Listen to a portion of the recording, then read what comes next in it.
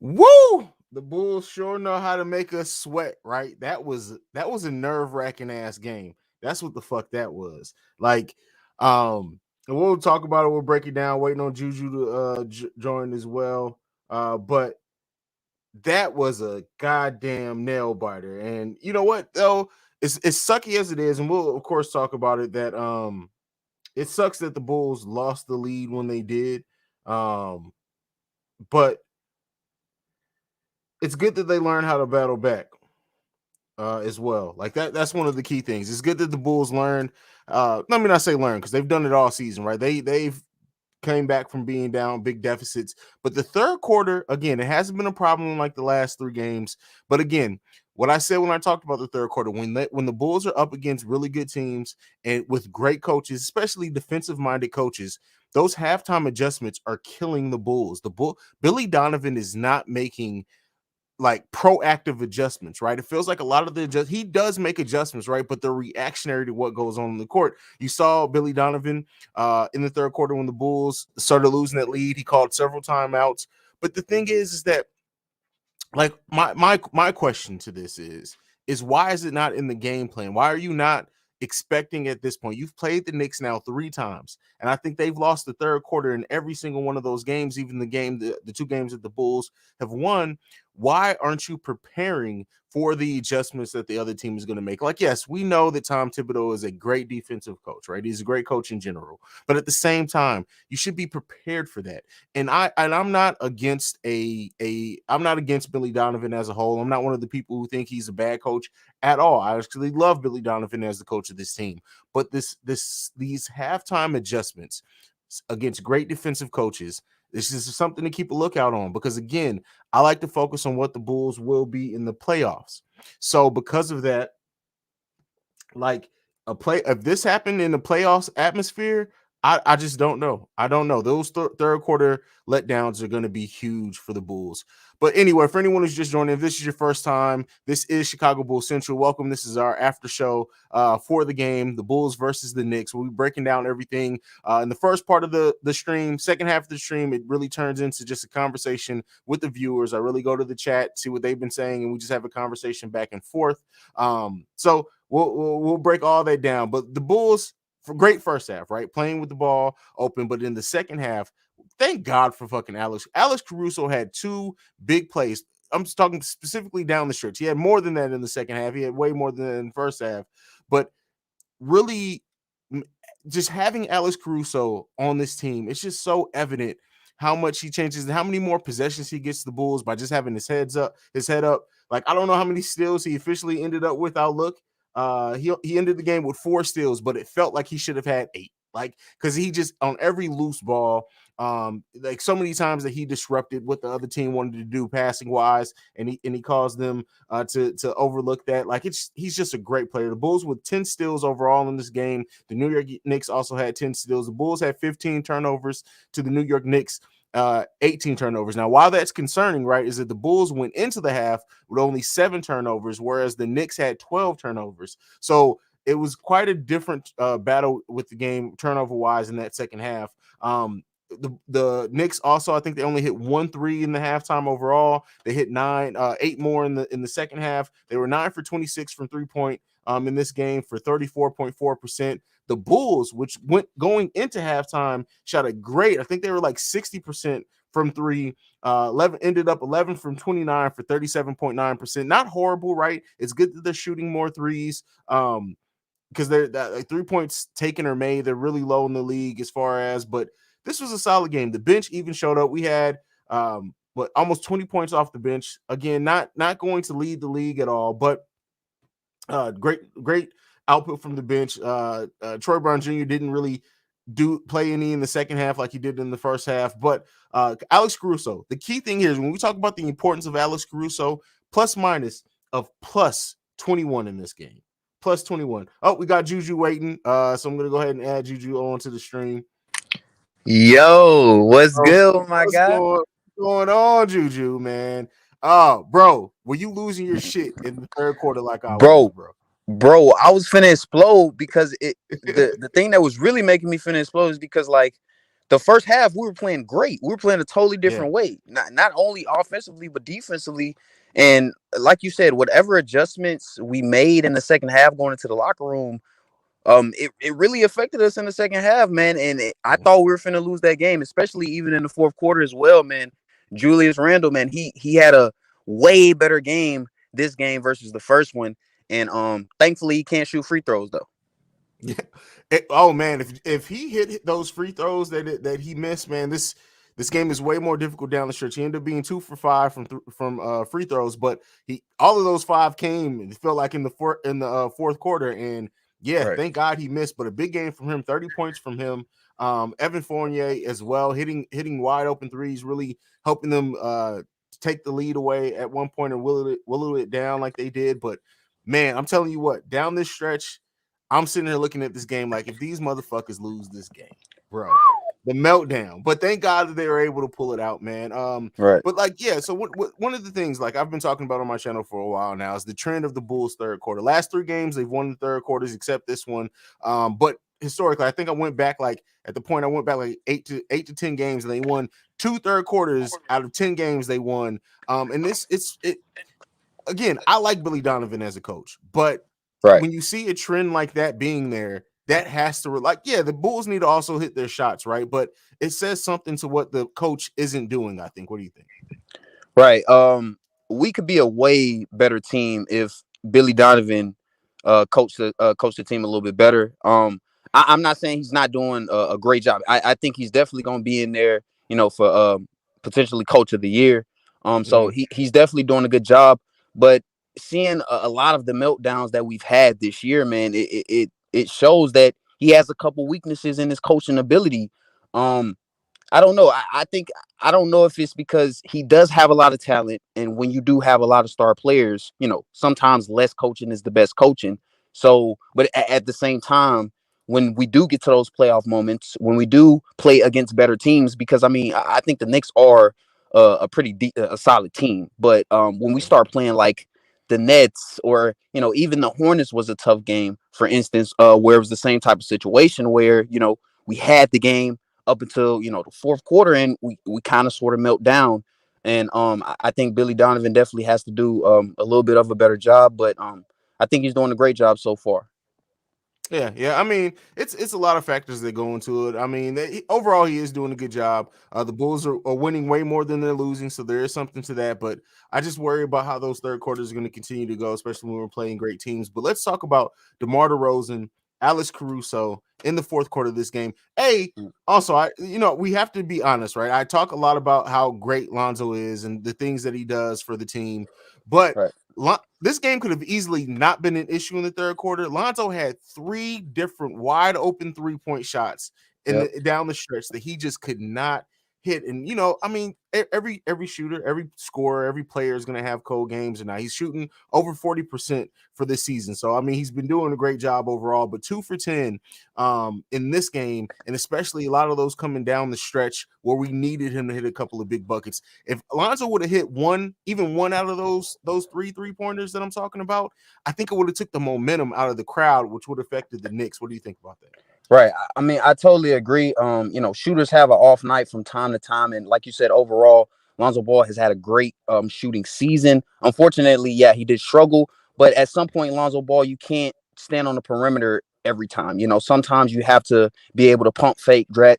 Because he was pumped, he was getting guys off their feet. Mitchell Yeah. Robinson was getting a couple guys off his feet, could have easily pump fake, got to the rim, get to the free throw line. Those are the things that's really missing with Lonzo Ball because when he falls in love with a 3-point shot, yeah, it's good and all when he's hitting, but when it's not hitting, his offensive game overall from a scoring perspective, really goes away. So he has to work on driving to the hoop, so it's even if he hit a 3, yeah, it would have taken the crowd and all of that. But I mean, you got to be able to do more than just, shoot threes, especially when you're having an off night like tonight, man. Yeah, and it seemed like at one point he did make a play where it seemed like he was going to try to go to the rim a little bit. I think he got blocked, and then at that point it was just like, all right, I'm just going to do everything else rather than try to score to get us down the stretch. But Demar again, I know people ate on him for ISO ball. Let's just say this right now. I'm going on record right now to say not only is DeMar DeRozan the best offseason signing this season, DeMar DeRozan may be the Bulls' best free agent signing ever.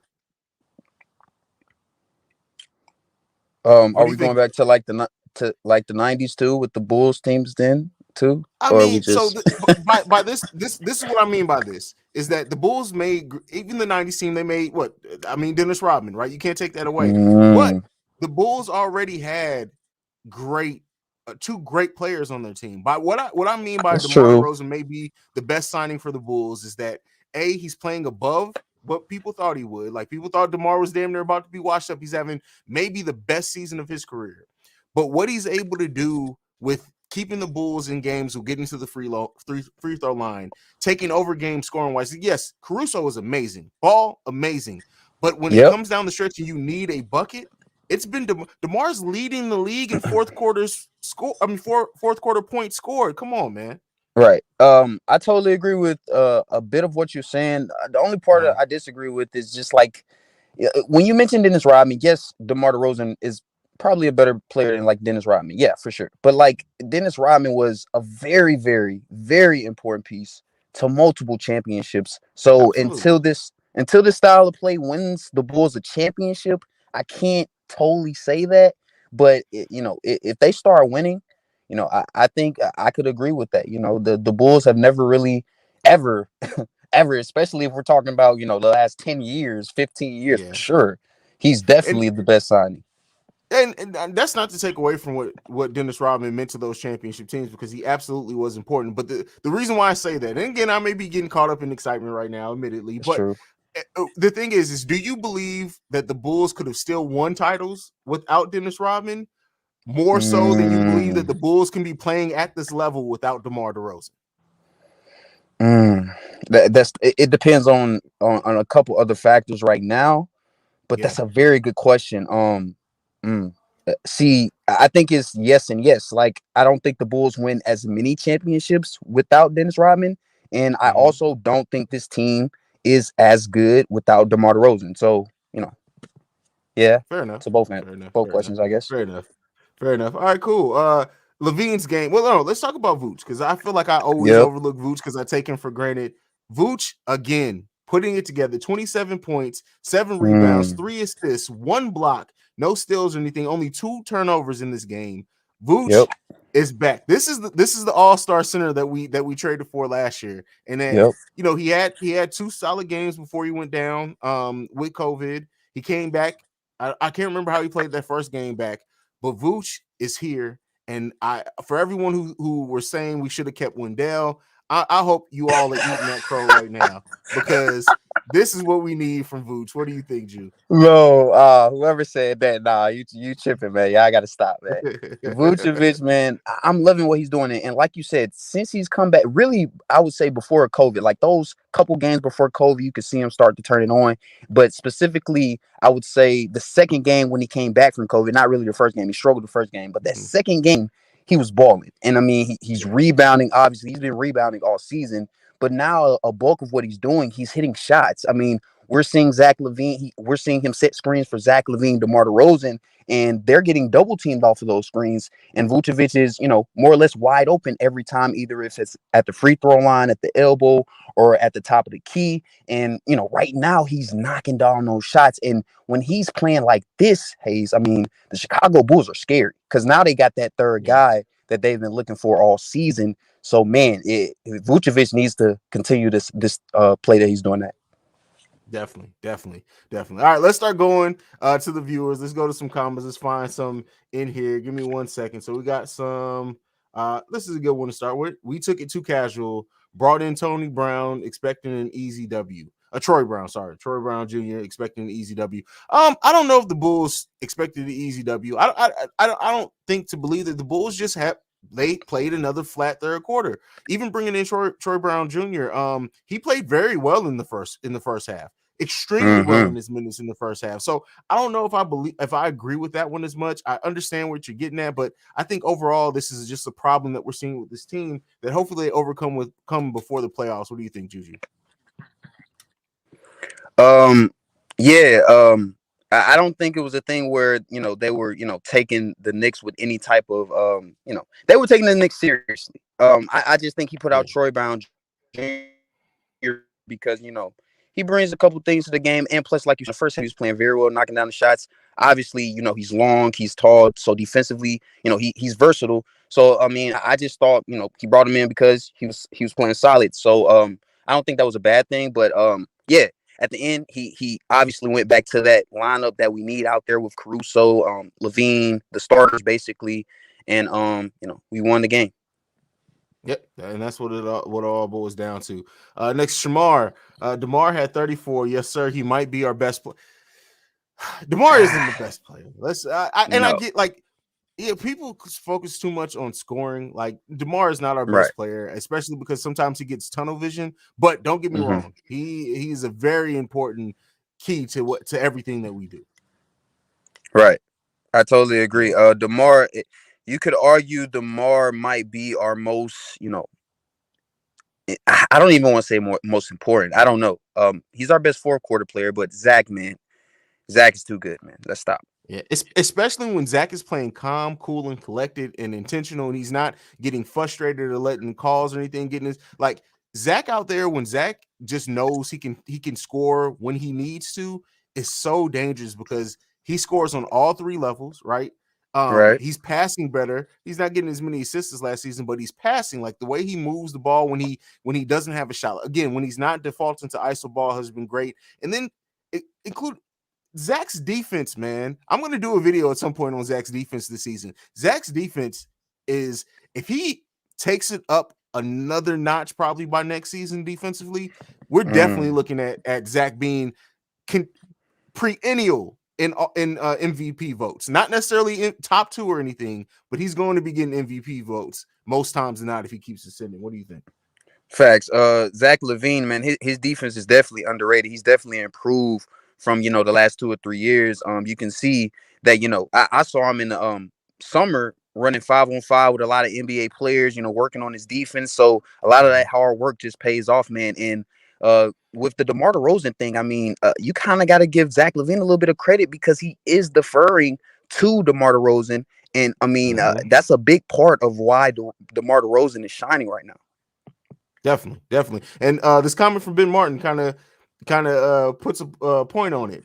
DeMar moves slower than the young guys, but he plays with so much control. His shot is effortless, and that is that's the thing. When everybody else he's the calming factor on this team. When everybody else seems to be playing tight or getting nervous about losing leads or whatever else, DeMar is we did see him get fired up about a call though, and I love seeing DeMar because if you watch his mouth, DeMar be cursing the fucking refs out, but he does it in such like a non.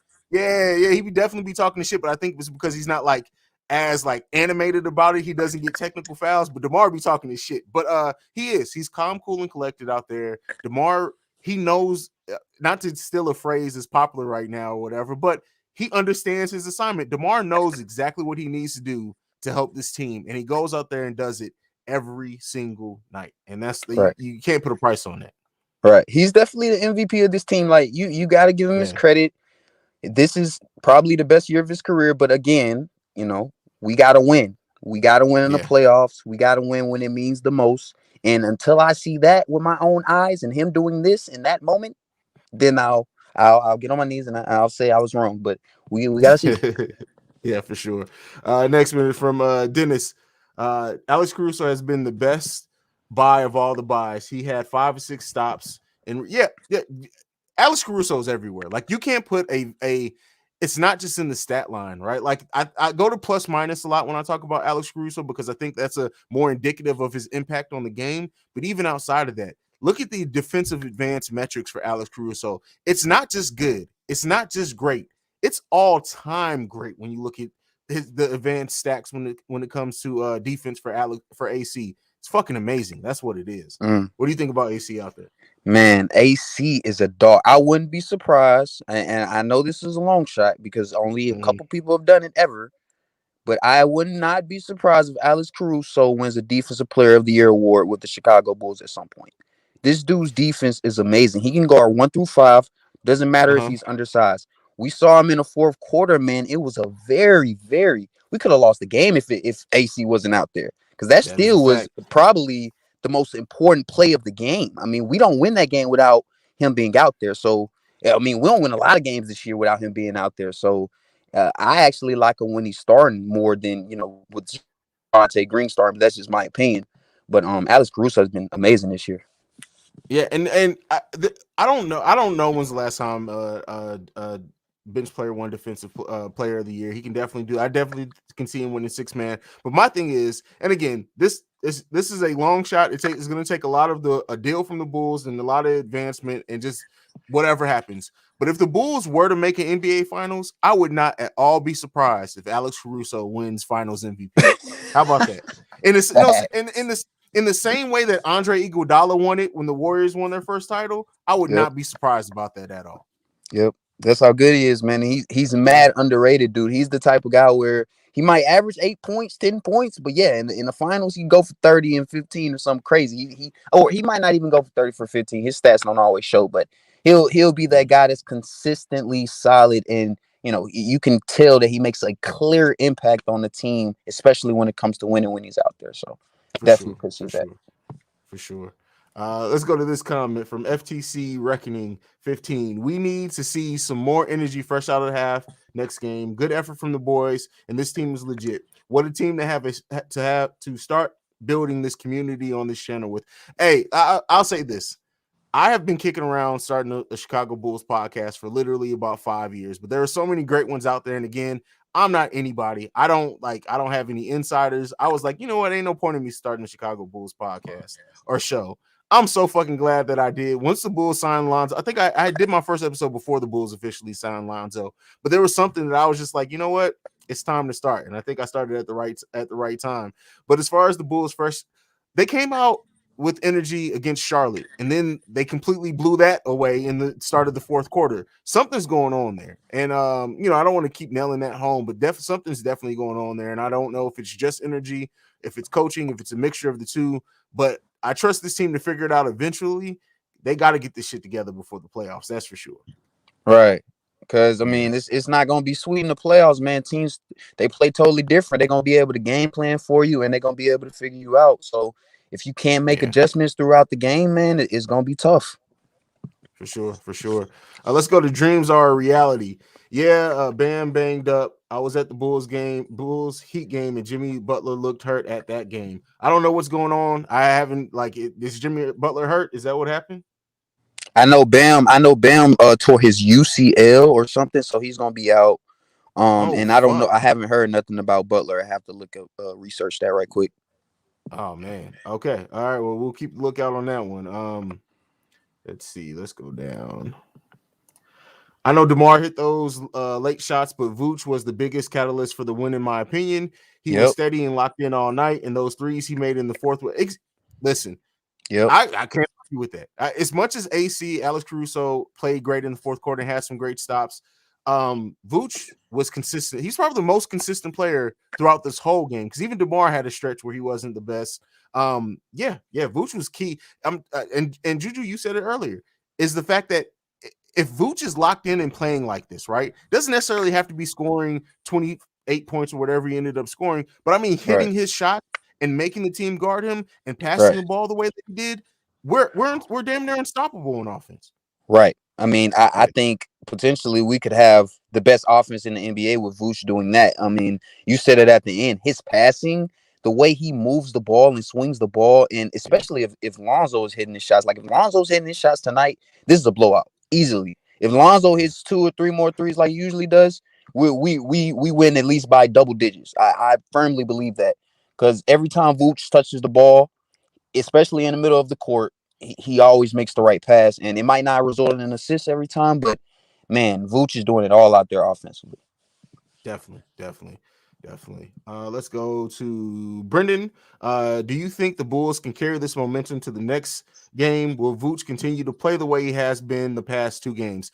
I think Vooch is back. Like, that doesn't mean that he's still, like, again, every player has cold games. Every player is going to go through bad stretches. He may have another one, but this is the Vooch that we expected to get, and he's going to be here more times than not. As far as the Bulls carrying the momentum, they carry momentum game to game. Like they always come out. It's those halves that it seems like bites them in the ass. Like they have a day in between, so they're not coming off a back to back. I expect the Bulls to be locked in. But don't forget we beat the Nets already. The Nets are going to be trying to kill us, I think, in the next game. What do you think? Yeah, for sure. I think Vucevic, man, looking at him last year and even looking at him in Orlando, I mean, versus this year, you got to understand, like, he's adjusting to being a third option. Like, he's not Yeah, the guy anymore, so it's going to be a little bit different, especially of an adjustment for him. So you got to give him a little bit of time. And yeah, like you said, I think he's just back. I mean, he's a pro. He's been doing this for years, and so he's back. And I do think the Bulls can carry this momentum into the Nets. I'm thinking, with the Bulls, how they playing offensively, how Vucevic is playing offensively, they can be just about anybody in the league. So, yeah. like you said, it's about those second half adjustments. For sure, for sure. Let's go to I love this username, by the way. You win the night for the best username that I haven't seen before in one of my live streams.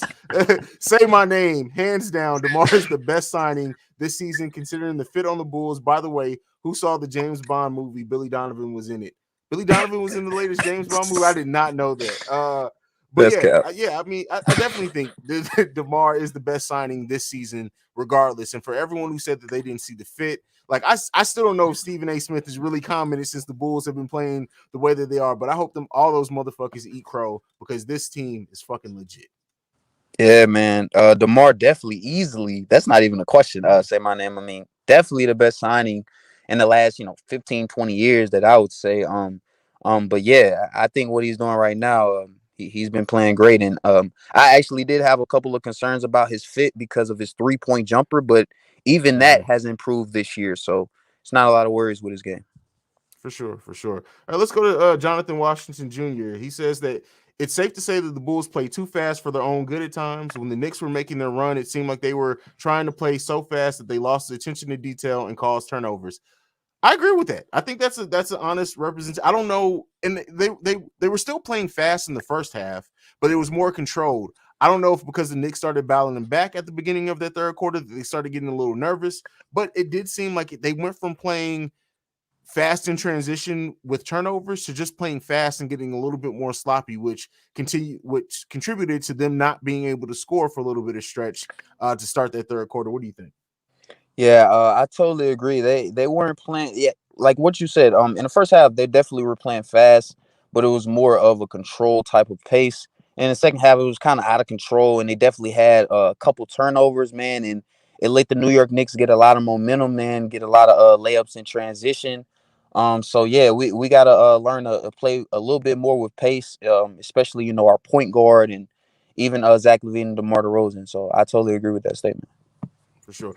Somebody said that the stream's a little delayed. Let me know if you guys are still like, is it our videos not synced with our audio? Let me know if anything like that is going on. But Might be I'll keep me. an eye on the chat.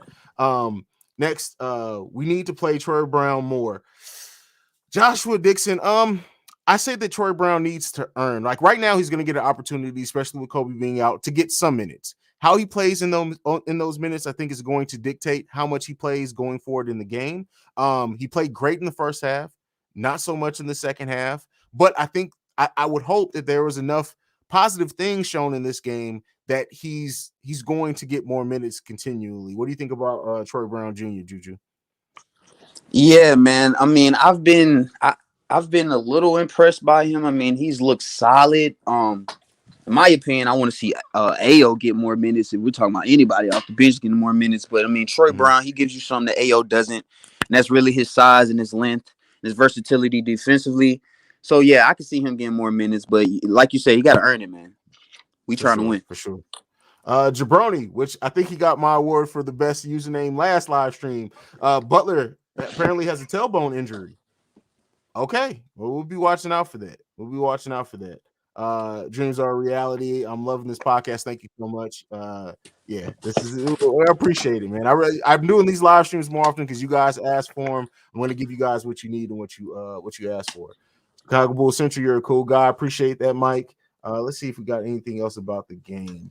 Lonzo had a rough night, but I guarantee you he's done multiple times this year. He'll be on point next game. He's too good to keep missing those open looks. I agree. And I think next game is going to be defensively where we see Lonzo a lot because Lonzo, on James Harden. I need to see some of that. So I think that that's going to be a good matchup. What do you think about Lonzo bouncing back from his rough night? How do you think he's going to respond against the Nets? Yeah, I think he's going to bounce back. Lonzo Ball's the type of guy where, he might have a night or two that's off, but he usually always bounces back, especially when it comes to his jump shot.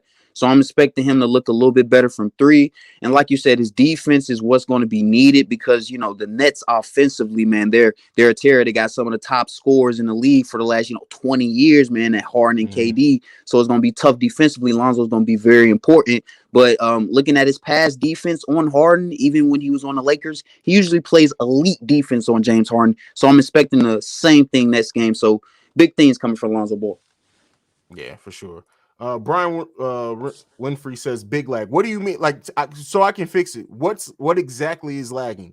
Our video slow? Like, tell me what's lagging so I can try to fix it to see what's going on. So let me know down below. Keep telling me what's going on there. Let's go to I want to go to this comment. What about Alize getting more minutes? I don't know why Alize Johnson is not getting more minutes on this team.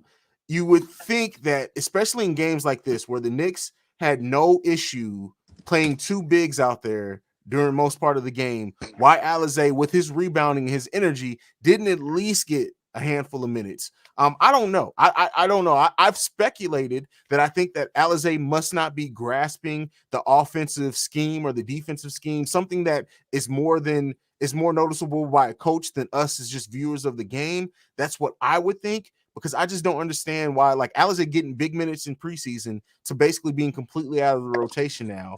I wouldn't know. Juju, what do you think about that? I mean, is it because of the addition of Derrick Jones Jr. or are they more or less playing the same position? I mean, well, you got to think Derrick Jones Jr. is playing out of position at the 5 a lot. Right. So, I mean, maybe that's it. Derrick Jones Jr. has been playing great in his minutes, but I mean, Alize just with his skill set offers shooting some. Like, again, I don't think you would run plays for him, but can you think he would be able to hit an open shot? I don't know, man. I don't know. I don't know. I don't know what it is, but hey, it is what it is.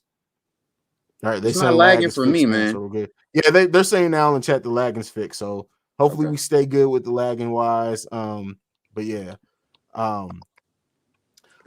From Key Isaac Epps, I love the way the team stayed focused and composed, even though the Knicks fought back so quick in the second half. Oh, they lost their composure for a second. Let's be clear. I don't want to they were able to regain it, and that says a lot about a team's hustle, their focus, that they were able to regain it, because there are a lot of teams that when the Knicks, they took a 1 or 2 point lead at one point. There are a lot of teams that once that happened, the momentum wouldn't have been able to be captured back, and they would have eventually lost that game. So the fact that we did battle back says a lot. But the Bulls absolutely did lose their composure for a stretch there. But hey, like I said, they were able to bring it back. What do you think about that? Right. Thank God for our veterans, man. Between DeRozan, even Vucevic, Alize Caruso, man, key moments in the game, man. They made really big plays and ultimately won us this game. So, man, it's pretty much all of those guys. Our veterans stepped up. They helped us get back our focus, because it was a moment in time where we lost our composure, especially in that fourth quarter. So yeah, thankfully our veterans showed up tonight. For sure. And that's the good thing, that this team has such a great mix of youth, veteran leadership, and really everything when you look at it. And the fact that some of our players Lonzo can still get better. Zach still improving so much. Ayo just scratching the surface of what he can be as an NBA player, as well as Derrick Jones Jr. It's still he's 23 too, I think. It's 23, 20. He can't be older than 24. We still have a lot of fairly young players that still can progress some. Of course, probably not make huge leaps for some of them from where they are now, but they still can continue to progress. And as they learn to play better together, they're going to have natural progression in that way too. What do you think about that one? Yeah, I totally agree, man. Even though we got really good veterans, man, a lot of this team's core is really young. Lonzo Ball, 23, Zach LaVine, 26, which is crazy. I thought he was like 28, 29. This man is 26. That is amazing. Yeah. Derrick Jones Jr., Ayo is amazing as a rookie as well. So a lot of this team, has a lot more to grow. So we haven't seen the best of this team yet. It's a lot more to come, man. So, Lonzo Ball gets better. Zach LaVine gets a little bit better in those fourth quarter moments, man. This team is going to be scary in a couple years. Yeah, I mean the Bulls really could keep this core together with some few additions for quite a while. And we forgot, and I didn't even mention Patrick Williams still. Like I know he's Oh out for the man. season, but yeah, we still got that. Let's go to Alexander Hall's comment right here. The Bulls need two stretch. I'm guessing a stretch for rebounding and defensive guys. Do you think they should pursue Christian Woods to go with Zach and DeMar? The thing is that Christian Woods' contract is like $10 or $11 million. um the combination of players that it depends on what they want. Now the Rockets go into a rebuild and say, hey, we're gonna sell everything that we can for as many assets as we can, and we're just gonna build around the rookies that we drafted this year. All right, maybe we can get them, but I don't know if their asking price for him is going to be higher than what the Bulls are willing to offer. What do you think about the Bulls' potential to go after a guy like Christian Woods? I mean, I would love that personally. I mean, if it was, 2K, but I mean, this is real life. Yeah. And I mean, with the money that he is, making, and I think the money that he's going to command, we would have to give up a lot for a guy like Christian Wood. I mean, I'm pretty sure last year, a couple years ago, he was borderline or damn near borderline all-star. So, I mean, he's not going to be a cheap asking price. And, but he would be nice on this team. That'd be nice. I just don't think it's going to happen, though. Yeah, I mean, it really, like I said, it really just depends. And don't forget, I know Patrick Williams is out this season, but he could very well be back for the playoffs. And if that happens, again, I don't expect him to look how he came back from injury this time. I don't know if he's going to come back and really be a super huge factor. But we could have Patrick Williams out there, and if he can at least come back and give us some solid defense, he's going to be another solid body out there. And the funny thing is, like, it sucks that Patrick Williams only played 3 games this season for us, because I think he would have worked himself back to where he was last season by now. And having him on the floor with the way that Alex Caruso can get turnovers and get us in transition, Patrick Williams would have had about 6 posters by now, I'm sure of. Oh yeah, for sure. Running with this team, man. And it was a couple games, man. He was getting on the start to where he was actually playing pretty solid, or offensively, and getting a little bit more confident. Unfortunately, he did get the injury, but man, if he was on his team, the Bulls' versatility, especially defensively, would be off the charts. For sure. Let's go. In my opinion, should have given Bradley minutes to help with the paint defense. Billy Donovan is a dummy for that one. I mean, yeah, theoretically, Bradley absolutely gives you defense in the paint. He doesn't always show up like he does. I feel like he's a player who has length and size, but he still plays like he almost plays the same way Derrick Jones Jr. does, and Derrick Jones Jr. has more heart. What do you think about? But and again, I'm not down on Bradley. I'm just being honest with the way that I've seen him play, especially lately. What do you think, though, G? Right, I agree. Like Bradley, I don't know if it's his heart or it's just he's still a young player and he really hasn't had a ton of experience, so he's going to have to grow a little bit more, be coached up. But yeah, like you're right, man. Derrick Jones Jr. just look a lot more impressive. He looks a lot more comfortable on the court. He's not scared of the moment. So I don't know about Bradley getting minutes over Derrick Jones Jr., man. And keep in mind, when the contract that Derrick Jones Jr. is on right now, the Trailblazers absolutely expected him to be a starter. And so the more minutes and the more comfortability he gets with his role, whatever that is, the fact that he's even out there playing center and playing against people like Julius Randle and Mitchell Robinson and playing them tough. Like, he's a player on this team that I like a lot, and I think is gonna, as he continues to get more comfortable in his role, I think by this time, like next season, we're gonna look at it and say, "Damn, Derrick Jones Jr. is amazing on this bench," is what I think we'll say at that point. Hell yeah. He's a big important piece, man. Yeah, for sure. Stay gold bang. That's funny. I'm just now realizing your username. I'm kind of not surprised the Knicks came back. It was the turnovers for me, though. Got to stop that. Should have won by at least 10, if not for those. Yeah, I mean, the turnovers definitely killed the Bulls, but also it was their inability to hit shots. Go back and look, like they were completely cold shooting wise coming out of halftime, and you just can't have that. Like, I'm not saying don't lose the third quarter, but like to be completely for a 20-point lead or 18-point going into half lead to be completely erased 3 minutes into the third quarter basically is bad. That's bad. What do you think? Yeah, that's really inexcusable, but those things are going to happen, man.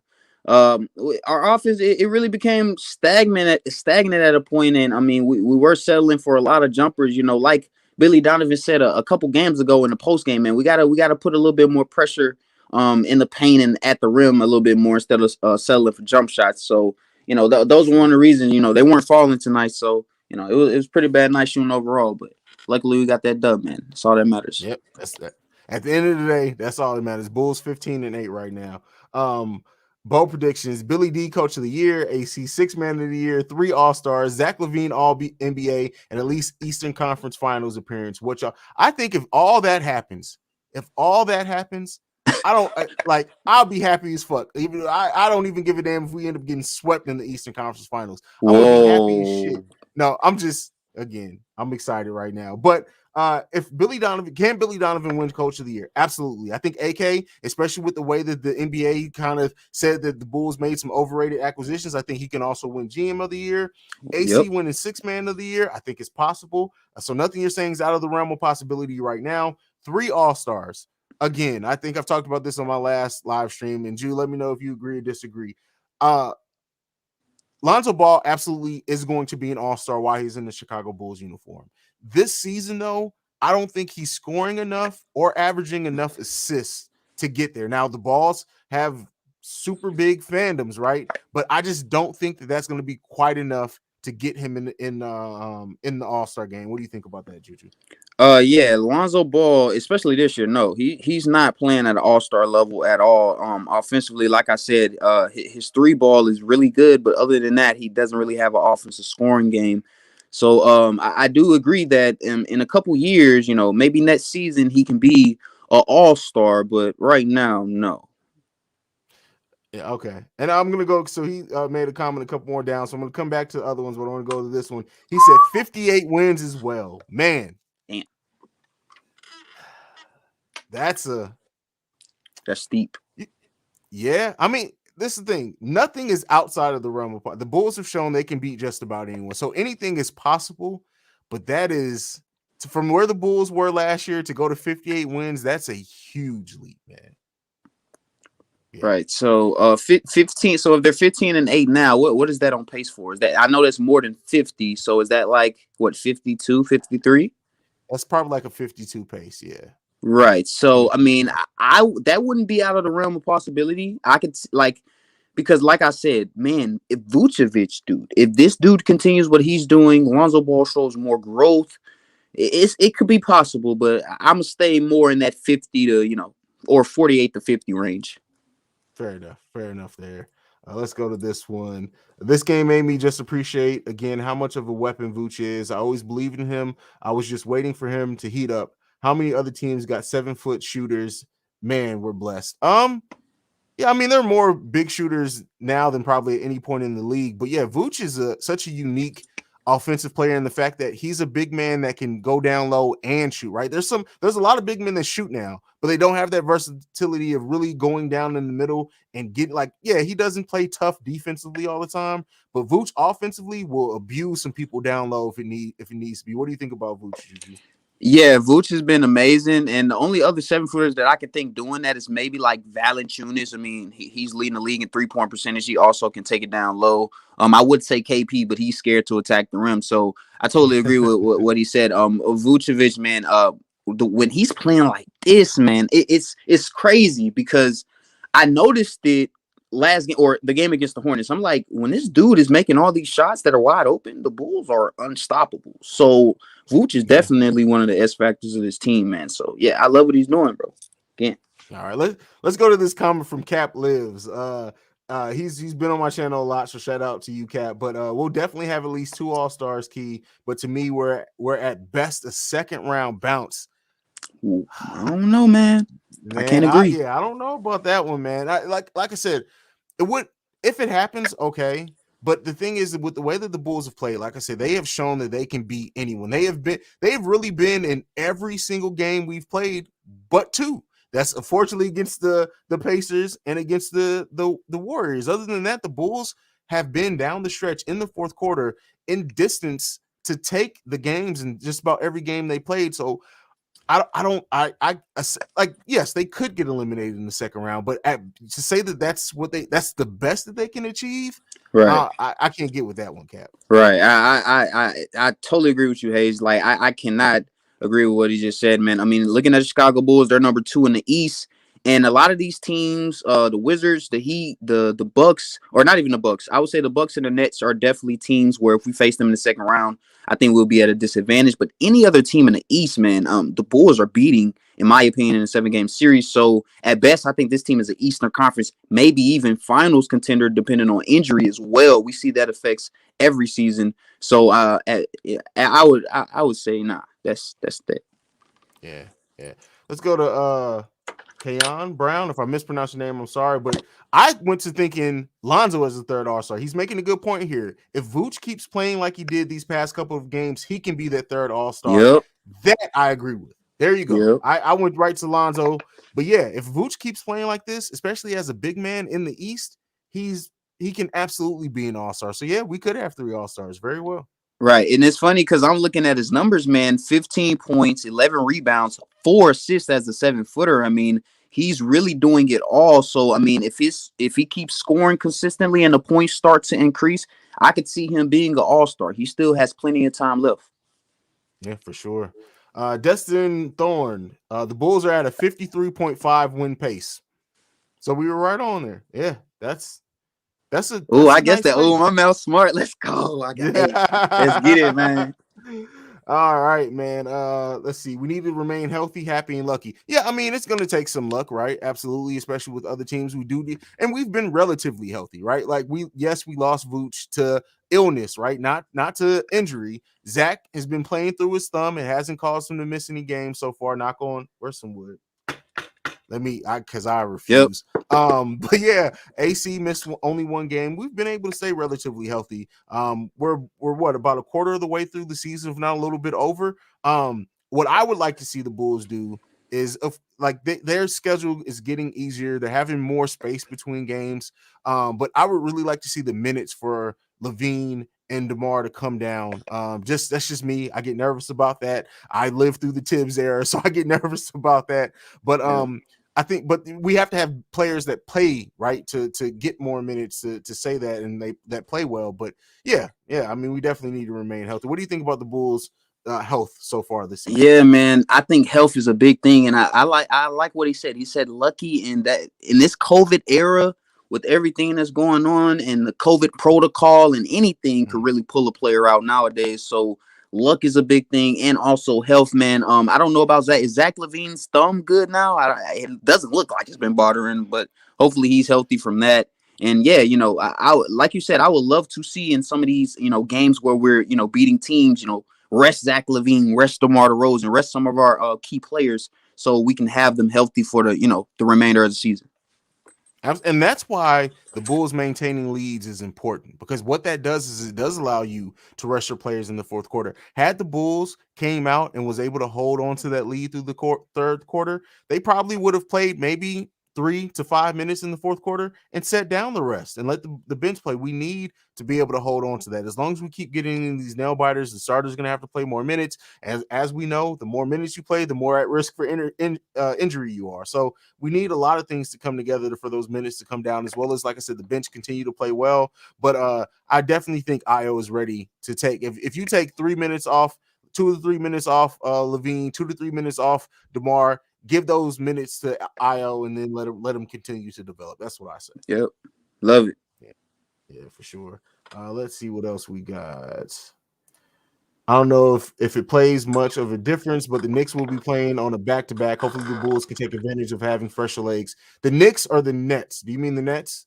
We'll be playing on a back-to-back? Yeah, I mean, but believe me, the Nets are still going to be looking to try to kill the Bulls. It doesn't matter. It doesn't matter. They've been on the roll too, like 8-2 in their last 10 games. I mean, come on, they're not playing. When do the Bulls play the Suns? That's the game that I'm ready to see. I don't know when it happens. Well, whenever it does happen, I'm ready for it, because that's going to be a good game. I think that's going to be a really good game. Let's see what else we got. How many better pure scorers have the Bulls played play for in the history aside from Zach. Zach might be the best shooter in Bulls history. He's already third for all time on Bulls 3-point shot shooting. Is that what I know he passed Jordan. Yeah, Zach may, when it's all said and done, he may be number one in 3-point shots, especially if he signs this extension, which we're all but sure he will. Yeah, when it's all said and done, Zach may lead or have the number one as far as 3-pointers made for the Chicago Bulls. What do you think about his chances to get that, Juju? Oh yeah, I think he's definitely going to reach that. I mean, because he's been balling, and it's games where he goes for like 10 and 11 threes in one game. So I definitely think he's going to get that goal. But like best shooter in Bulls history, I really got to think about that, because there's been a lot of good shooters, like Steve Kerr. If we're talking about pure shooters, I mean Ben Gordon, Heinrich. There's been a lot of pure shooters, but he's saying specifically Bulls history. Bulls history. Okay, yeah. Okay, history. I can agree with that. I definitely think you get that. Let's go back to Key Isaac Haize, who says, what seed do you think we end up with? I think at the low, with the way that they're playing now, again, barring injury or anything else, I think the lowest the Bulls can go is probably the 4th seed. And that's if a lot of teams get their shit together. I honestly think the Bulls are going to end up 2nd or 3rd. That's what I think, with a possibility of being 1st, depending on how other things shake. What do you think, Juju?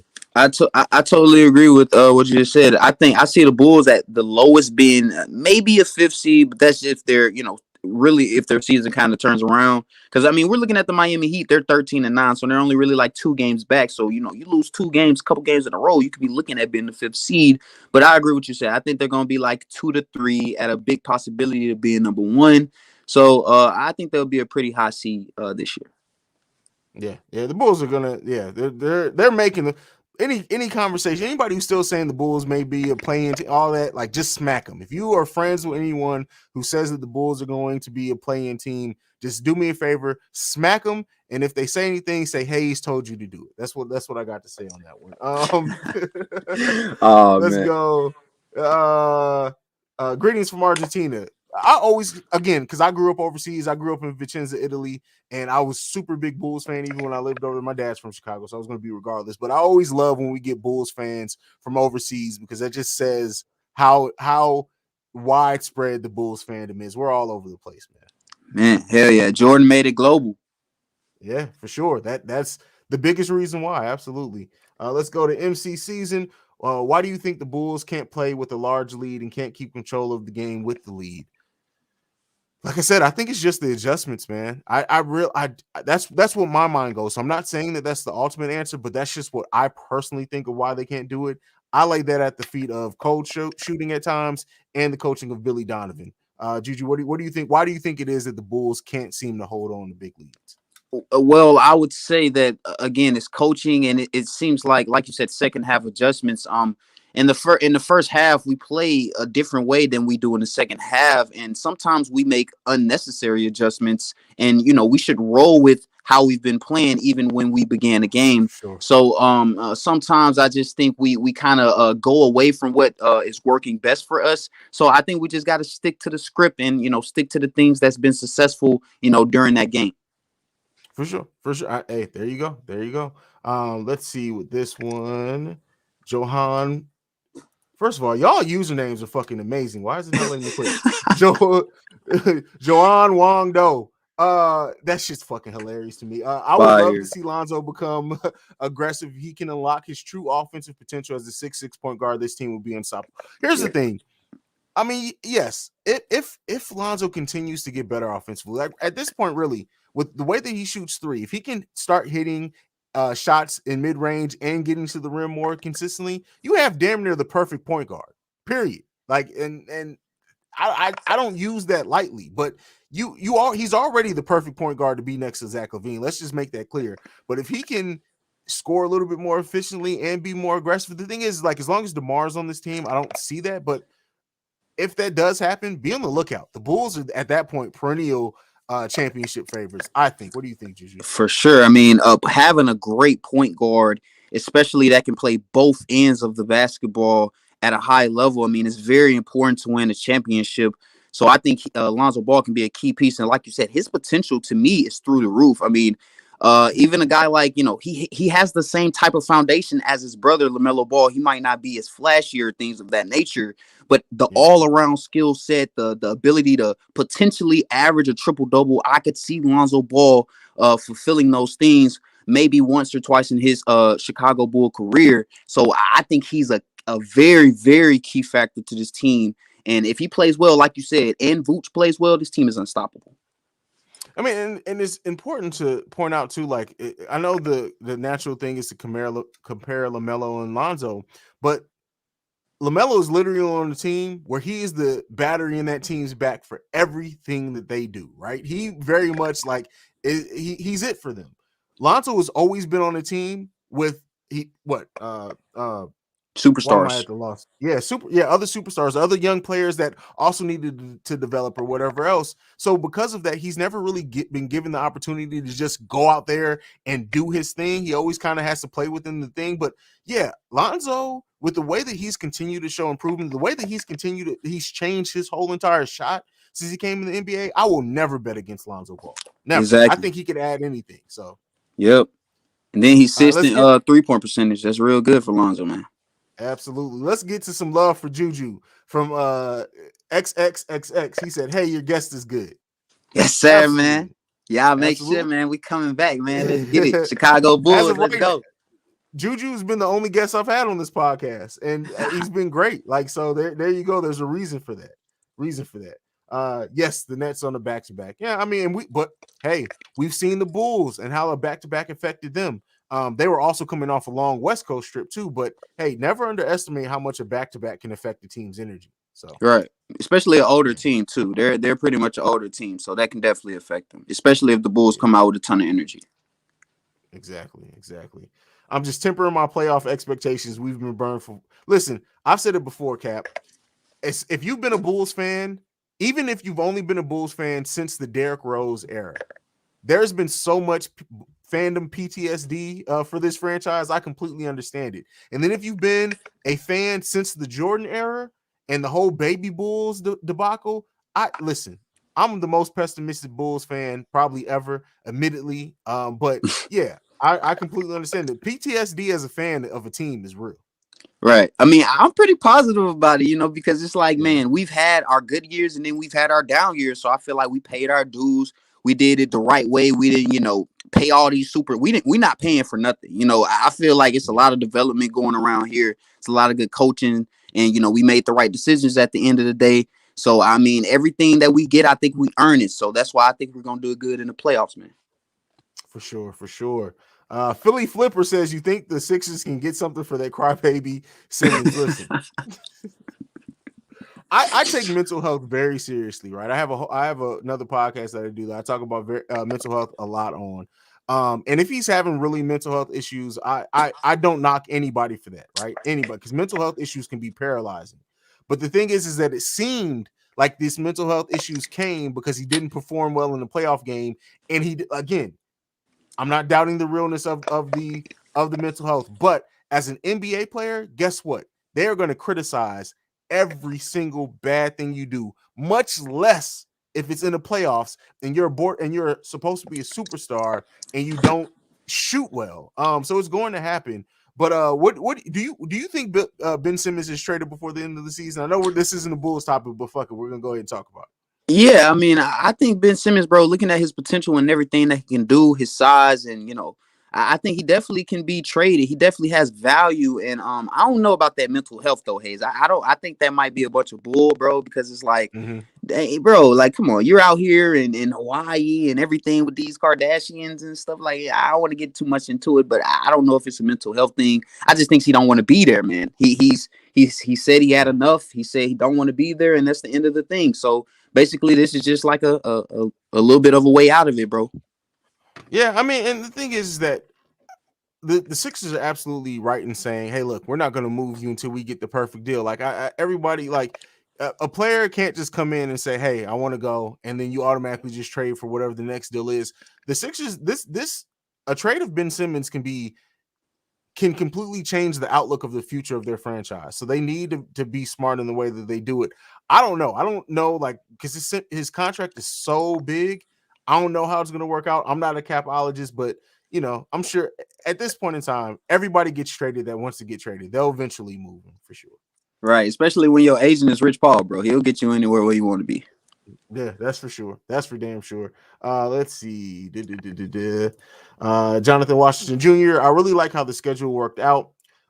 Get all those rough games out the way early, go through all these growing pains, and finish out the season strong with a softer schedule. Yeah. Yeah.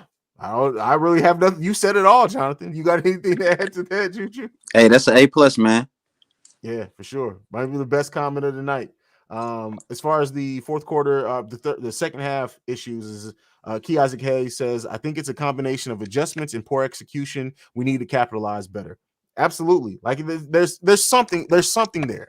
Regardless of what it is, coaching, players, there's something there. They need to fix that shit before the playoffs. They need to take this next amount of time to fix what the fuck is going on there. That's for damn sure. Right. It's a mixture of all of it. Like, it's not really one particular thing. It's not really just the coach. It's not just one player.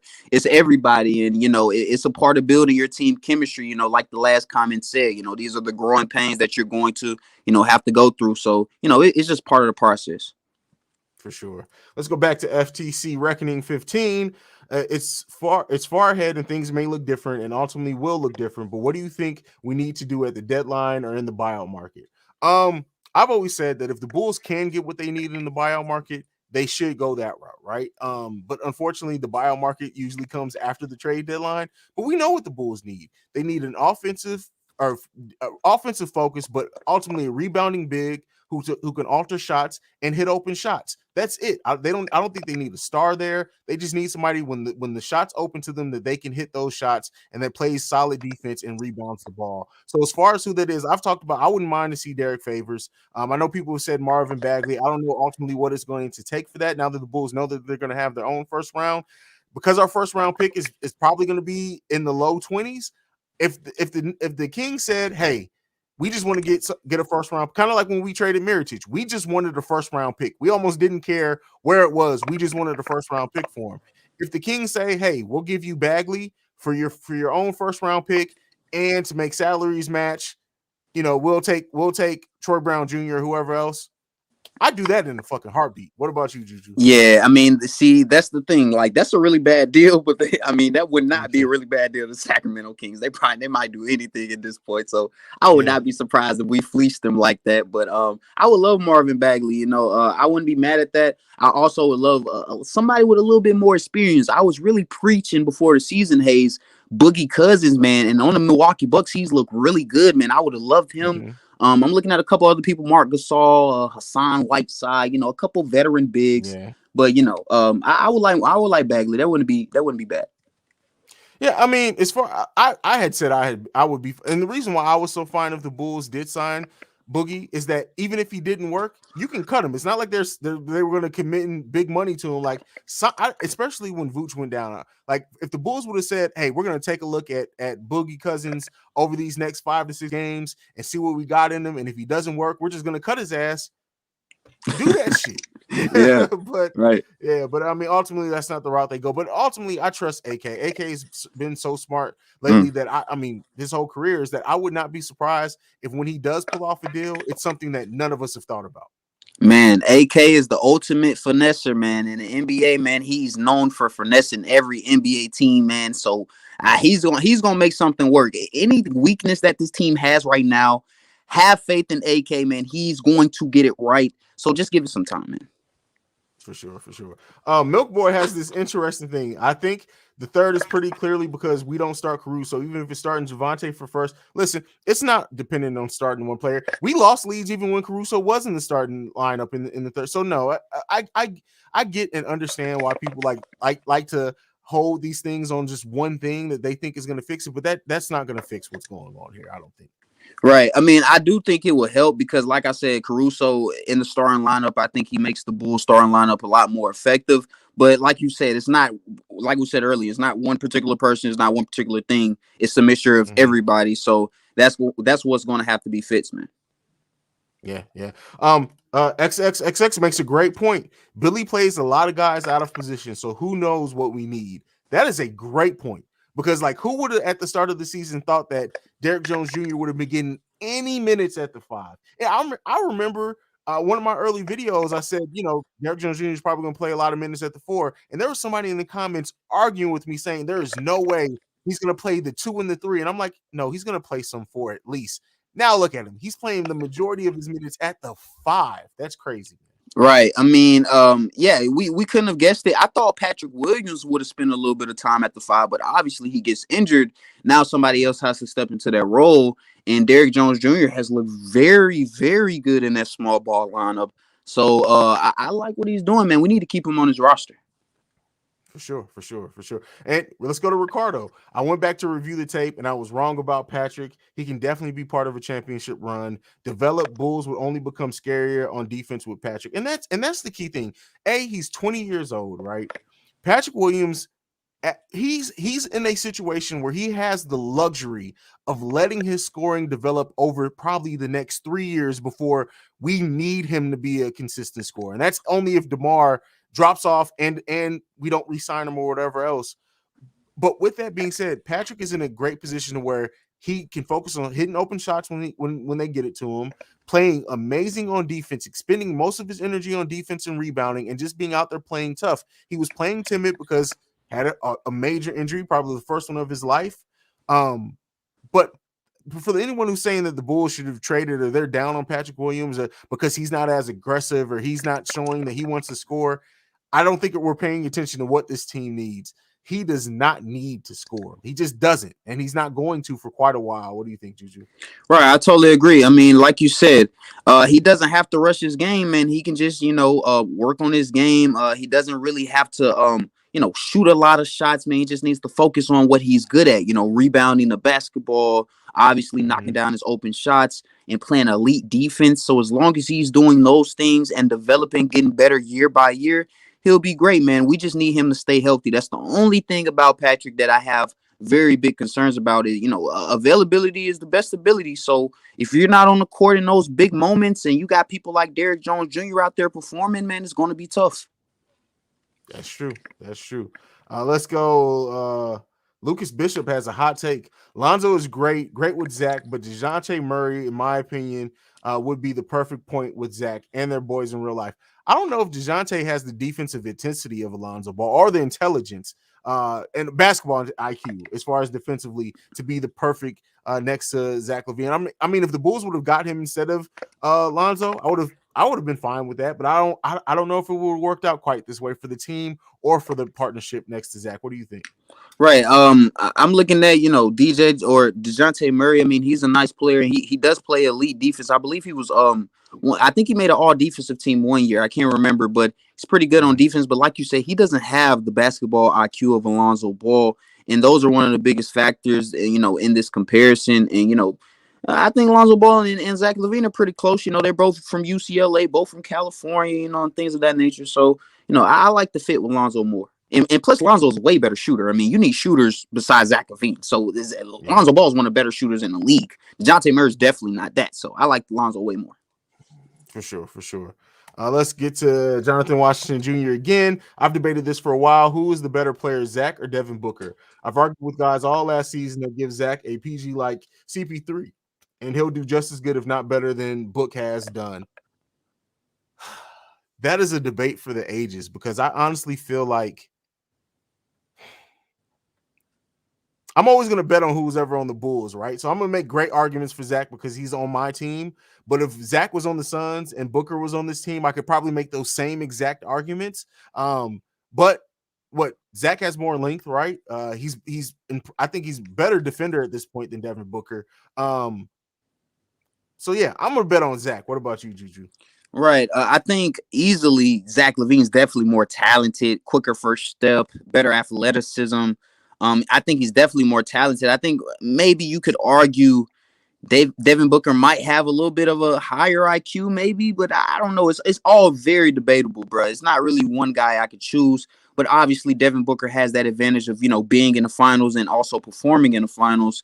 But right now, if I had to go with who's better this season, is Zach LaVine. For sure. I agree with that. Jonathan Washington Jr. with another one. Do you guys think Patrick Williams' presence on the court would make a difference on the Bulls' win-loss record right now? I mean, presence, absolutely, because again, I would have expected by now Patrick Williams to work himself out of that slump and be that defensive player again. If you take a look at this, you have Lonzo, you have Patrick Williams, you have Alex Caruso, you have Io. Not only playing great defense, getting in those passing lanes, playing in transition. I think, matter of fact, I think with the way that the Bulls defense ended up working out, and with Alex Caruso playing more minutes, possibly with Patrick Williams, that we would see Patrick Williams scoring more, just being out on the break with Alex Caruso in transition. What do you think about that, Juju? Yeah, I totally agree. By this time in the year, I think Patrick Williams would be a really totally different player than what he was at the beginning of the season. But I think it would really depend on, what Patrick Williams we get, though. I mean, if he's playing really confident and he's looking to score the basketball when he's open, I think he's definitely he takes this team to a different level. But it's all dependent on if you can stay healthy, man. That's the biggest thing, man. It's really scaring me. Yeah, I mean the health thing is going to be a concern. I mean he's going to have to show it. Like at this point now, like he has to be healthy for quite a while, and he may very well come back. The thing is that he can keep his conditioning, right? It's his wrist, so he can keep his conditioning to a degree. Once the because I think he's in like a brace or whatever. Once that's off, and he can start shooting some again or whatever else. Patrick Williams may come back in great shape, still with probably maybe better conditioning than what he came into the season with. And like I said, I don't think the Bulls go right back to starting him. I think he comes off the bench if he does for a playoff run. And Patrick Williams coming off the bench to guard people and play just defense is going to definitely make a difference. But as far as it doesn't make a difference for the Bulls win-loss record, yeah, because I think some of the things that we've been affected with by size, I think Patrick Williams would have eliminated some of that. And Juju made a good point earlier in the stream too. Patrick Williams absolutely would have saw some time at the center. And what does that do? So right. Like tonight against Julius Randle, Patrick Williams on here would have made a big difference, man. And even the first game that we did lose to him, I think, yeah, Patrick Williams, man, he makes a very big difference, man. So yeah, I could see us definitely winning a couple more games if he was in the lineup. For sure. Let's see. Stay Gold Bank says, I'm just waiting to laugh at what Stephen A has to say about the Bulls tomorrow. He's probably, like I said, I don't. Stephen A. Smith has lost all credibility for me. You know what? I'm gonna shut up. Oh man, Stephen A. Bro, he just don't like Lonzo. That's what it is. He'll never accept the team that has Lonzo Ball at the starting point guard position. He's went at it with his father, LeVar Ball, plenty of times. Stephen A. don't like Lonzo. That's all that is, man. Come on. Yeah. Definitely. Let's go to Dwayne Storm. We got to clean up those third quarters, and the playoff great teams are going to take advantage of that. And I know that the selfless group of players can fix that, but it happens way too often. Yeah, good W though. Yeah, I mean that's kind of what we said at the beginning of the stream. Absolutely, like you give a team. Again, the Knicks would have took advantage of it, and they very well could have this game. We just worked it out, but like that can't happen against the Bucks. That can't happen against the Nets. Because if that stuff happens, it's going to get ugly very, very fast. Yep, definitely got to clean that up. And tomorrow's going to be a real. Wait, is it tomorrow when we play again? No, we don't play again till Saturday. So yeah, Saturday is going to be a real big test, because we're playing against the Nets. They're going to be in the back-to-back. So, it's going to be another growing moment. So, hopefully we can, get a little bit better. For sure. Bears, do y'all really think we can beat a healthy Bucks, Nets, or Sixers in a 7-game series? I've said it before, and I'm going to stand by this. Yeah, the Sixers scare me. Those teams scare me. I'm not saying that they shouldn't be favored against the Bulls, but I absolutely think the Bulls can win against any team in this league. That's what I think. Totally agree. 76ers and all these teams, really, they do give us a little bit of a disadvantage. Giannis, Embiid, especially on the paint. But I just think when the Bulls are clicking, man, their offense, like I said, it can go with anybody in the league. And then on the perimeter defensively, they have two of the top point guards defensively in the league at the point of attack. So that's going to be one of the bigger things as well. So like you said, Haize, man, I can see this Bulls team beating anybody, especially in the Eastern Conference. Yeah, for sure. Let's get back to FTC Reckoning. I don't think that it's crazy for LaVine to be the best shooting guard in the league right now. He's explosive at the top, at a top three off the dribble. He's explosive and a top three off the dribble, 3-point shooter in the league. Brings it on both ends now too. He Who are we? is. Who? Yeah. I mean, He is. yeah. I mean, Yeah. unless you consider Paul George, is Paul George a wing or a guard? I consider him a wing, Right. especially And while Lowry's out. I'm sorry, not Lowry. What the fuck? What's Kawhi's out? Why Kawhi's out? Kawhi, right. So, I mean, his competition is basically Bill, and I think LaVine's basically clear of Bill. Then you got Harden, and I think, like I said, LaVine's been playing at a higher level than James Harden this year. And then you got guys like, I can't actually think after that. That's it. Zach LaVine's the best shooting guard in the league. That's crazy, man. That's wild. But yeah, Zach LaVine is the best shooting guard in the league. We're putting our stamp on it right now. So there you go. There you go. Put that down. What is happening here? All right, I had to fix that. My bad. Let's go on to the next one. Even though the Bulls are obviously a problem in the Eastern Conference, how much more of a problem are they if they can pull off this win against the Nets after two? Listen, they're like, it's not one game isn't going to change or affect how much of a problem they are, but they beat the Nets already this season, and I think we can beat the Nets again. So that's what it boils down to. Especially if, again, it comes down to the fact that we have Lonzo who can disrupt anybody. Like, I trust more Lonzo's ability to disrupt, not completely stop James Harden, but to disrupt James Harden than I do to trust that the Nets can do anything to disrupt DeMar and Zach in the same game. And now that Vooch is back playing, right? Yep. And matter of fact, the Vooch played solidly, not great against the Nets last time, but now that Vooch is back playing like this, listen, I'm not saying we should be favored. Again, be clear. I'm not saying we should be favored, but I'm saying the Bulls, it's going to be an interesting game. That's for sure. I can absolutely see the Bulls winning that game. Yeah. I do think this will be a little bit of a statement game because, these two teams right now, they're fighting for that first seed. So, this could be the game that, gets the Chicago Bulls on the roll. But they do have a little bit of a tough schedule after that. But, yeah, I agree with everything you said, Haize. The Chicago Bulls, they can pretty much compete with anybody, especially when you have, not only Lonzo, but Alize Caruso, man. Those point of attack defenders, man, are probably the best in the league. And with Vucevic doing what he's doing offensively, not just scoring, passing the ball, also rebounding, and, making good decisions, being a good veteran presence. I mean, this Bulls team is scary, and they could definitely beat the Nets, not only, their next game, but maybe potentially in a 7-game series as well. For sure. Let's go to I hate when people my real name is Cordero, and I hate when people ruin it. I'm not even going to attempt to murder your name, sir. I'm not going to do it, but I will read your comment though. Do I have to think about it? In those games against the 76ers, Vooch didn't play well, and we were close in our losses. So imagine if Vooch shows up. There you go. I mean, that says it all right there. There's not much more to add to that after that. Seya Oganubi. Hey, tell me if I said that right. I think I tried my best, my guy. But yeah, I agree with what you said. You're braver than I.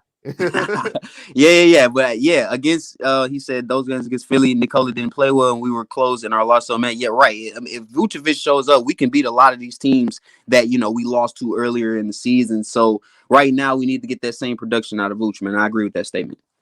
For sure. Let's see. To be honest, the Bucks and the Sixers are really the toughest teams for us to worry about. But if we can get home court, it's going to be tough for anyone in the 7-game series. If the Bulls have home court against the Bucks and the Sixers, that changes a lot. I don't think they're going to have home court against the Bucks. I know that right now we're above the standings in the Bucks, but I do expect the Bucks to get back to the 1 seed. That's just what I expect. But yeah, we all know. Listen, Chicago is a tough city to play in when the Bulls were bad, right? Now the Bulls winning and in the playoffs, and a team that actually can compete. Listen, it's the playoffs in Chicago are going to be amazing to watch. Amazing, right? To watch. Man, that's gonna give us those there, especially with the red jerseys. Man, we need to get back to those black alternate. Man, that's gonna give me them Derrick Rose vibes. Man, it's gonna be crazy, man. Already know the people in Chicago go crazy for the Bulls. So I mean, having home court advantage, man, that could potentially put us not only in the Eastern Conference Finals, but in the finals, man. So that's a very big factor, bro. Yeah, for sure. Let's see. People always comment about the Bulls being ISO heavy, especially DeMar, but I don't think the fans get. And they're getting now. He's very efficient at that. Contested shots work better than open for him. LOL. Here's the thing. I've said this before. Down the stretch, especially, DeMar plays heavy ISO ball because he can get to the free throw line. It's not even just about getting the shot. It's about him trying to get to the free throw line. And that can completely change games to get easy shots. This team does do ISO ball sometimes when they don't need to. So I won't say that they won't absolutely. But a lot of DeMar's ISO, I think, comes within the plan of the game. That's what I think. Juju, what about you? Right, I agree. That's really the game plan. And DeMar Derozan has been successful at the ISO ball, so you're going to have to kind of cater your offense towards that DeMar Derozan play style. And a lot of people say the ISO ball isn't going to work, and I do agree at certain moments in the game, especially in the fourth quarter, or if you're not having a good game overall. Or, if you see a teammate cooking, maybe you should give it up. But for the most part, man, DeMar DeRozan's ISO ball is what's going to win us games. A lot of games, especially close ones. Be on the lookout for that in the playoffs, too. His ability to get to the line and get people in foul trouble is going to be something that I think while we're seeing now a lot of teams are fine with it, I think it's going to make so much easier because instead of fouling him, they're going to try to double him down low. And if they continue to make more passes and open shots, it's going to be dangerous. We're going to be dangerous in the playoffs. We're going to be a tough out for anyone in the playoffs. That's for damn sure. Hell yeah. We not getting swept or none of that 4-1. It's going to be 6 or 7 games. They going to be tough. Yeah. I understand a win's a win, but at the same time, if you do this, what you did against the Knicks, against the official NBA teams, they're going to kick your ass. We have to – well, here's the thing. We've done this about in almost every – win that we've had, we've lost big leads. So I mean, yeah, you don't want to do it. Like, let's make it clear. I don't want to say that you don't want to do it. Now, I do trust the Bulls' ability to get out of it because as much as they can lose big leads, they've shown that they can erase big leads as well from a lot of teams. But yeah, you ultimately, if you're playing with the lead, you want to hold on to the lead and make that game as easy as possible for yourself. What do you think, Juju? Right. Yeah, I agree with what you said, man. And this is the NBA. So, sometimes when you're playing against these teams, you're not always going to be able to keep a lead, against a really good team, especially if they're good defensively. So sometimes those things happens and, it gets to the point where it's about your team's mentality and the perseverance. And I think this team shows a lot of perseverance even in those moments. So I think those are the, positives to take away about this team this season. For sure. So we are going to go 5 more minutes. We're going to hit to 11:30. So get your questions or anything in. Who's been the best player for the Bulls so far, in your opinion, between LaVine and DeMar? Either way, they've been 1A, 1B rather than 1 and 2. I agree with that. I think DeMar, he's been more consistent in my opinion. And LaVine is absolutely still our best player, but I think DeMar has been the better player and the more consistent player so far this season. Right. I agree. I think overall, like we're just talking about from the scope of like basketball, who's better, I would say LaVine is better, overall. But for the Bulls, who's been the best player is obviously, DeMar DeRozan. He's just, won us more games than Zach LaVine. And without him, man, we would not be number 2 in the Eastern Conference without DeMar DeRozan doing what he's doing. So I agree with you, Haize. Definitely. Let's go to Leonardo D. Todd, life coach and counselor. That is a long ass username, my brother. Stephen A is be like him, man, when it comes to giving the Bulls their props. Listen, Stephen A. Smith, Juju hit it on the head. Like, as long as Lonzo's on this team, he's not going to give the Bulls their props. That's his period. Facts.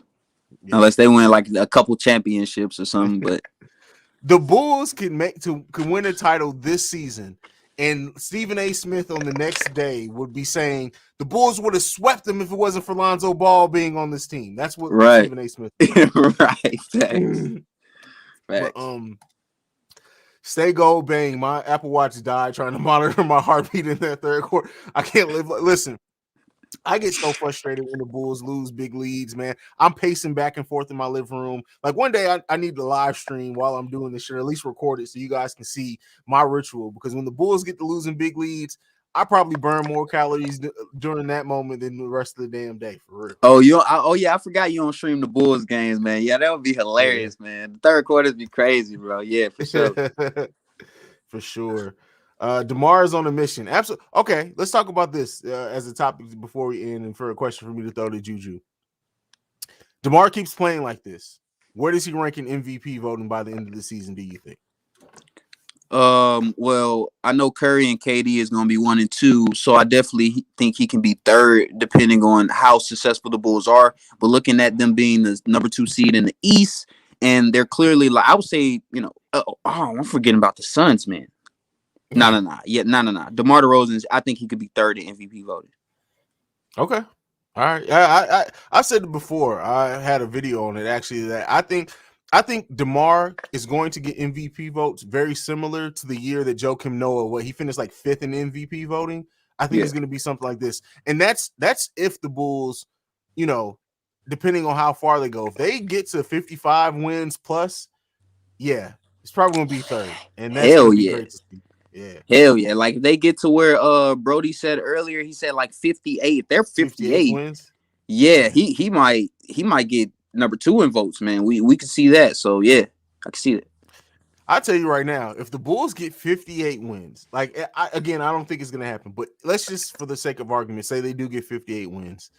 The party that I'm going to throw before the playoffs even start is going to be criminal. The cops will show up to my house. That's what's gonna happen. Hey man, that's gonna be crazy. What's the name of that movie? What's the name of that movie where they had the party at the house? Project X? Was that what it's called? Project X? Man. Project Bulls, man. It's gonna be crazy. Yep, for sure. With the Nets, a small team, would you start Caruso over Javonte to lock up Patty Mills and Harden? No, because I think Lonzo and LaVine are going to do a great job defensively. I don't think you need to bring. I think what Caruso does for that bench unit is too important, especially because, like you said, them being a small team. So a lot of Javonte's, even though he plays bigger than that, but I don't think you need to throw in Caruso just to start one game. I don't think so. Right. This lineup right here, especially with, like I said, Vooch working and things of that nature. Javonte Green, I think that's enough to start him. Like you said, LaVine's defense is definitely much improved from last year. So their defense right now is good enough to where you don't really necessarily need Caruso to start. He's definitely more important off the bench, because they need that type of presence, that can lead the bench unit. So I think he's more important in that role. For sure.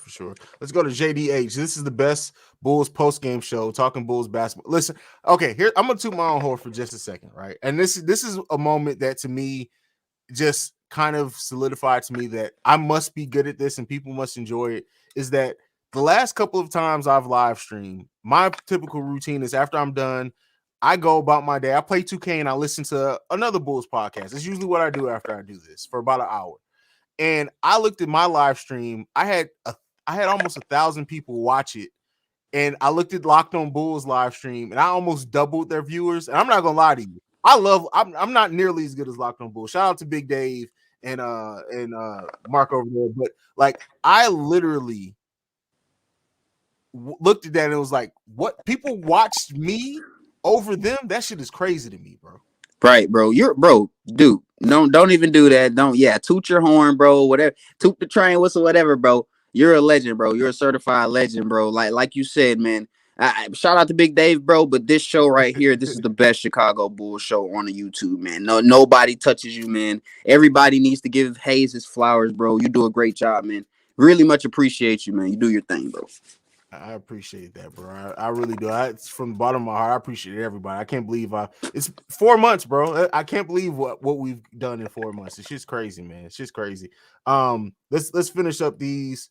No more questions for me, but Juju and Haize, have a good night. Great stream. I love this channel. I'm already looking forward to the next video. And remember my bold predictions. I might be right. Listen, I'm telling you right. I need to screenshot this. Let me go ahead and do the little snipping tool to save that, because Key Isaac Epps. If the Bulls get to 58 wins, I'm dedicating the party in which I'm going to turn the copious amounts of alcohol I will be consuming when the Bulls get their 58th victory. I'm dedicating all that shit to you, my brother. All that shit. Man, unfortunately, man, you know, I said the alcohol sound nice, man, but I'm gonna have to wait a couple years for that, man. So hopefully the Bulls in a couple years, you know what I'm saying? I say about 2-3 years they doing the same thing, and I can have that same feeling, man. Yeah, man. Listen, tequila is my shit. But you know, it is what it is. Let's see. What kind of move do you think we make at the trade deadline? Again, 4 that can rebound and wrestle. That's all it is, man. Yeah. Haize MVP show. Yeah, he showed up this show. That's for sure. Let's do this one. 4K camera, honesty, facts, and only facts. PTSD, the best Bulls YouTube channel. Thank you. That's all I'm gonna say. I appreciate y'all. Y'all not finna be making me smile on this shit. Take our dub. We ain't going. Had to blow the Knicks up. Yep. Appreciate you, my brother. I ain't gonna lie, you're gonna have to put me on the setup, bro. Like, you're gonna have to like put out a setup video or something, man. That's the only thing you're missing. Hey man, I ask people if they be in because it's a sports show, so but I'll do it for sure. I'll definitely do it one day. I maybe as like a shorts or something. But you guys will see my setup because it's legit. I have 2 sides to. I actually have 3 sides to the studio, but the other ones my kids do some shit over there. But yeah, this my shit. It's my shit.